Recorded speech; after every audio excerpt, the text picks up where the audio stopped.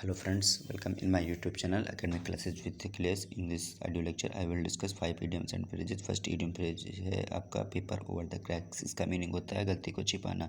गलती को छिपाने के सेंस में टू हाइड प्रॉब्लम्स, इसे इंग्लिश में याद कर सकते हो। सेकंड आपका इडियम एंड फ्रेज है pass the hat. Pass the hat का मीनिंग होता है पैसा इकट्ठा करना। पैसा इकट्ठा करने का आप इंग्लिश में आप ऐसे याद करेंगे टू कलेक्ट मनी।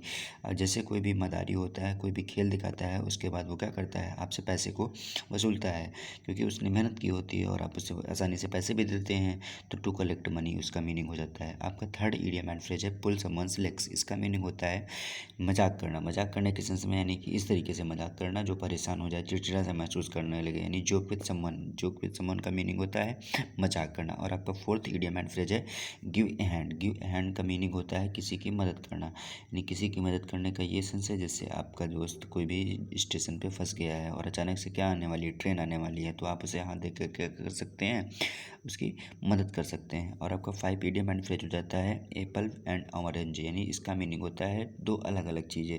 इसे इंग्लिश में आप कैसे याद करेंगे, टू अनलाइक थिंग्स और पीपल, यानी क्या होता है सेब और संतरे बिल्कुल अलग अलग स्वाद देते हैं, यानी इसका मीनिंग क्या हो जाता है दो अलग अलग चीज़ें। और छठा आपका इडियम एंड फ्रेज है ए रेड लेटर डे। ए रेड लेटर डे का मतलब होता है एक महत्वपूर्ण दिन, यानी एन इम्पॉर्टेंट डे और ए मेमोरेबल डे। यानी क्या होता है, जैसे आप कैलेंडर में देखेंगे तो जितना भी आपको संडे दिखता है वो बिल्कुल रेड कलर से बना हुआ होता है, यानी कि वो कैसा दिन हो जाता है, यानी एक सप्ताह का महत्वपूर्ण दिन हो जाता है, यानी एन इम्पॉर्टेंट हो जाता है।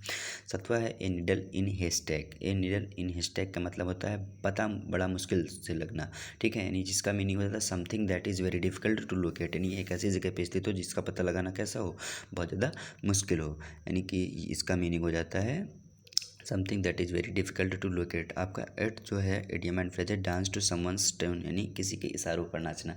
अब इसके बारे में तो आपको मैंने बताया है, कई बार मैंने क्लासरूम में बताता रहता हूँ, यानी कि कौन इशारों पे नाचता है, यानी स्त्रियों के इशारे पे पुरुष हमेशा नाचते रहते हैं, यानी इसका मीनिंग क्या हो जाता है ओबेइंग समवन्स ऑर्डर्स, यानी कि किसी के इशारों पर नाचना। जैसे कि आप सभी की शादी होगी, आप सब लोगों को नाचना पड़ेगा।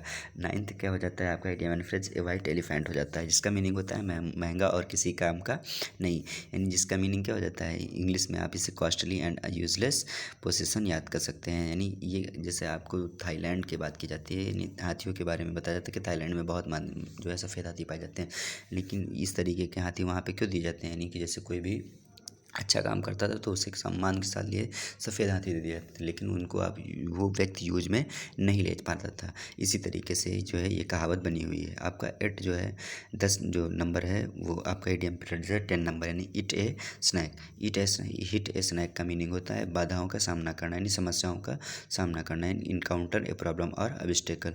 इस तरीके से आपके 10 इडियम एंड फ्रेजेस मैंने इस जो है ऑडियो लेक्चर में डिस्कस किए हैं, और भगवान चाहा तो नेक्स्ट वीडियो जल्दी अपलोड की जाएगी। Thank you.